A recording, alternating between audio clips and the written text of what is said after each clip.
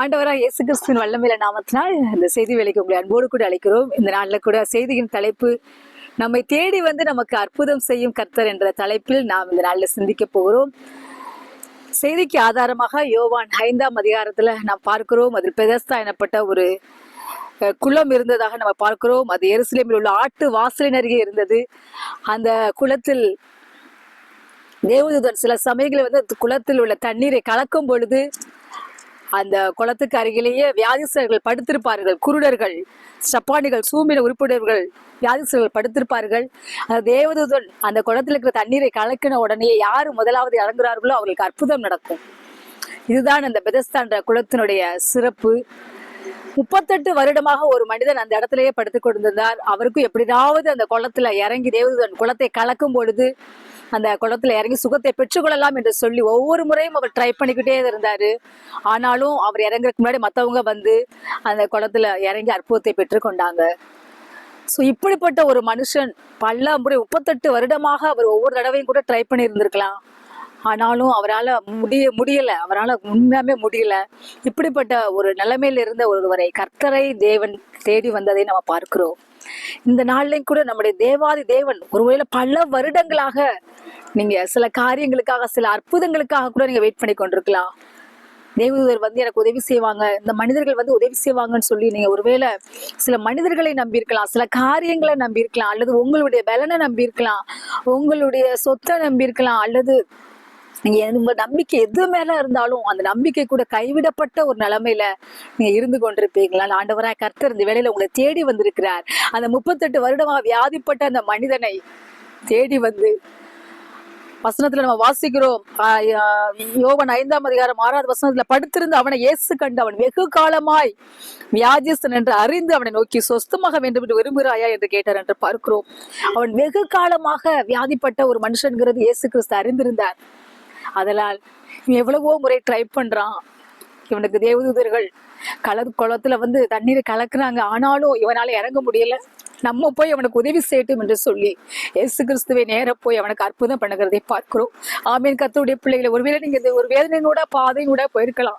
பல வருடங்களாக நீங்க வியாதிப்பட்டு இருக்கலாம். பல வருடங்களாக அந்த பிரச்சனைகளை சந்திக்கலாம். பல வருடங்களாக அந்த சொத்து பிரச்சனையில இருந்து எனக்கு ஒரு விடுதலை கிடைக்குமா, பல வருடங்களாக என் குடும்பத்தில் ஏற்படுகிற பிரச்சனை விடுதலை கிடைக்க மாட்டேங்குது கலங்கி கொண்டிருப்பீங்களா? ஆண்டவரை கர்த்தர் இந்த வேளையில உங்களை தேடி வந்திருக்கிறார். உங்கள் நம்பிக்கையை நீங்க கர்த்தர் மேல வைக்கும் பொழுது கர்த்தர் தேவன் இந்த வேளையில உங்க விடுதலை தருகிற தேவனா இருக்கிறார். உங்க காரியங்களை அவர் அறிந்த தேவன். வெகு காலமாய் நீங்கள் போராடி கொண்டிருக்கிறவர் அறிந்திருக்கிறார். இந்த நாள்ல அந்த போராட்டங்களுக்கு ஒரு முடிவு உண்டாக்குகிறார். உங்கள் வேதனைகளுக்கு ஒரு முடிவு உண்டாக்குகிறார். உங்கள் பிரச்சனைகளுக்கு ஒரு முடிவு உண்டாக்குகிறார். இனி 38 வருடமாய் படுத்திருந்த மனிதன் இப்படியே படுத்திருக்க வேண்டிய அவசியம் இல்லை. அவன் வியாதிஸ்தன் இல்லை, அவன் இப்போ சொஸ்தமாக்கப்பட்ட ஒரு மனிதன். ஆண்டவரை கர்த்தர் அவனை நோக்கி கேட்கிறார், நீ சொஸ்தமாக வேண்டும் என்று விரும்புகிறாயா என்று கேட்கிறார். அவன் விருப்பத்தை அவர் அறிந்து கொள்ளுகிறார். ஆமீன். கர்த்தருடைய பிள்ளைகளே, உங்கள் ஒவ்வொருவரை பார்த்து கேட்கிறார், இந்த பிரச்சனையில இருந்து வெளிவர நீ விரும்புறியா? இல்ல ஆண்டவரே, இந்த பிரச்சனையே நான் வாழ்ந்தேன், எவ்வளவோ வாழ்ந்துட்டேன், இனிய வாழ்க்கை கொஞ்ச காலம் தான், இப்படியே நான் வாழ்ந்தேன் என்று சொல்ல போகிறீர்களா? அவர் உங்கள் மன விருப்பத்தை அறிந்து வந்திருக்கிறார். ஆண்டவரே, நான் சொஸ்தமாகணும், எனக்கு இந்த பிரச்சனை இருந்து விடுதலை வேணும், நீங்க எனக்கு ஒரு அற்புதம் பண்ணுங்கன்னு நாம் அவரிடத்துல விருப்பங்களை சொல்லும் பொழுது அவர் நமக்கு உதவி செய்து பல வருடங்களாமல் அந்த வியாதிகளிலிருந்து, கஷ்டங்களிலிருந்து, போராட்டங்களிலிருந்து விடுதலை கொடுக்கிறார்.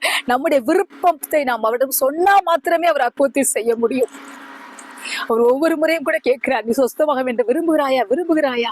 ஒரு நம்ம விருப்பப்படாம இருந்தோம், இல்ல இதுதான் என் வாழ்க்கை, இதுதான் என் தலையெழுத்து, நான் 38 வருஷமா இருந்தேன், இனி என் வாழ்க்கை கொஞ்ச காலம்தான், நான் இப்படியே நான் இருந்து மறிச்சு போயிறேன் என்று சொல்லி அவன் சொல்லவில்லை. நான் இதுல இருந்து விடுதலையாக விரும்புகிறேன். 38 வருஷமாக அந்த தண்ணீரை, இந்த குளத்துல இருக்க தண்ணீரை தூதன் கலக்கும் போது நான் இறங்கலாம், நான் பாக்குறேன், ஆனா யாராவது வந்து இறங்கிறான்னு சொல்லி தன் இயலாமையை அவன் சொல்லுகிறதை பார்க்கிறோம். 7வது வசனத்துல அதற்கு வியாதிஸ்தன், ஆண்டவரை தண்ணீர் கலக்கப்படும் போது என்னை குளத்துல கொண்டு போய் விடுகிறதுக்கு ஒருவரும் இல்லை, நான் போகிறதுக்குள்ளே வேறொருவன் எனக்கு முந்தி இறங்கி விடுகிறான் என்றான். அவன் சொல்லுகிறான், நான் போறதுக்குள்ளாவே இறங்கிற மொத்த பேர் போய் சுகத்தை பெற்றுக்கொள்கிறாள், என்னால முடியலைன்னு சொல்லி தன்னுடைய இயலாமையை சொல்லுகிறதை நான் பார்க்கிறோம். நம்மளுக்கு கூட கர்த்தரிடத்துல, ஆண்டவரே இந்த இடத்துல என்னால முடியல, எனக்கு பல வருடங்களாக அந்த பிரச்சனை இருக்குன்னு எவ்வளவோ டைப் பண்ணிட்டு என்னால முடியல அப்படின்னு சொல்லி அவரிடத்துல நம்முடைய இயலாமைகளை சொல்லி நாம் உதவி கேட்கும் பொழுது, அவருடைய ஒத்தாசையை நாடும் பொழுது எனக்கு ஒத்தாசை வரும் பர்வதமாகிய அவருக்கு நேராக கண்களை ஏறெடுக்கிறேன் என்று சங்கீதம் 121 வாசிக்கிறபடி அவரிடத்தில் நாம் உதவி கேட்கும்போது, அவரிடத்தில் நம் காரியங்களை பகிர்ந்து கொள்ளும் பொழுது, ஆண்டவராய் கர்த்தர் உங்கள் மன விருப்பத்தை அறிந்து இந்த வேளையில் உங்கள் பிரச்சனைகளில் இருந்து, வியாதிகளில் இருந்து, கஷ்டங்களில் இருந்து, ஒருவேளை உங்க பிள்ளைகளுடைய வாழ்க்கையில் ஒரு அற்புதத்துக்காக நீங்கள் பல வருடங்களா காத்துக் கொண்டிருக்கலாம். பிள்ளைகளுடைய திருமண காரியத்திற்காக காத்திருக்கலாம். பிள்ளைகள் ரட்சிக்கப்படும்படி காத்துக் கொண்டிருக்கலாம். குடும்பத்தோட ரட்சிப்பிற்காக காத்துக் கொண்டிருக்கலாம். சூழ்நிலையை பார்க்காதே மகனே, சூழ்நிலையை பார்க்காதே மகனே. நான் இருக்கு அற்புதம் செய்ய வந்திருக்கிறேன். தேவதூதர்கள் அல்ல, மற்றவர்கள் அல்ல, சூழ்நிலைகள் எல்லாவற்றையும் மாற்றுகிற ஒரு தேவனாகிய கர்த்தர் நான் உனக்கு வந்திருக்கிறேன். உன் மன விருப்பத்தை அறிந்து உன்னை விடுதலையாக்கும்படியாக, உன்னை தோல்விகளிலிருந்து, கஷ்டங்களிலிருந்து விடுதலையாக்கும்படியாக, உனக்கு அற்புதம் செய்யும்படியாக வந்திருக்கிறேன் என்று கர்த்தராகிய தேவன் இந்த வேளையில் உங்கள் ஒவ்வொருவருக்கும் கூட வாக்குத்தத்தம் பண்ணுகிறார். 8வது வசனத்துல வாசிக்கிறோம், இயேசு அவனை நோக்கி, எழுந்திரு, உன் படுக்கை எடுத்துக்கொண்டு நட. எழுந்திரு, படுக்கை எடுத்துக்கொண்டாடன்னு சொன்ன போது, இவன் 38 வருஷமா என்னால் நடக்க முடியல, நான் எப்படி அடுத்து நடக்க முடியும் அப்படின்னு அவன் திங்க் பண்ணவே இல்லை. இயேசு கிறிஸ்து சொல்லிட்டார். எந்திரிச்ச உடனே அவன் நடந்தான். நடந்த உடனே அவனுடைய 38 வருட போராட்டம் மாறினதை பார்க்கிறோம். இன்னைக்கு அநேகமான நேரங்கள்ல நமக்கு இருக்கிற பிரச்சனை இயேசு கிறிஸ்து சொல்லி கூட ஒரு வசனத்து மூலமா பேசுறார், பல ஊழியர்கள் மூலமாலாம் பேசுறார். நம்மகிட்ட பல விதத்துல பேசுற போது கூட நம்ம அவர் சொல்றதை நம்ப முடியாதபடி நம்ம காதுகள் அடைக்கப்பட்ட ஒரு நிலைமையில நம்ம இருக்கக்கூடாது. அவர் சொன்னா உடனடியா நம்ம கீழ்ப்படிந்து நாம் காரியங்களை செய்யும் பொழுது கர்த்தராகிய தேவன் நம்மளை பல வருடங்களா அந்த பிரச்சனை விடுதலையாக்க உடனே நடந்தான். ஒன்னும் யோசிக்கல, என்னால நடக்க முடியுமா நம்ம யோசிக்கல, ஒன்னும் நெகட்டிவாவே திங்க் பண்ணல. இயேசு கிறிஸ்து சொன்னது ஆமீன். கர்த்தருடைய பிள்ளைகளே, அவர் உங்க வாழ்க்கையில அவர் உங்களுக்கு சொன்ன காரியங்கள் நிச்சயமா நிறைவேறும்.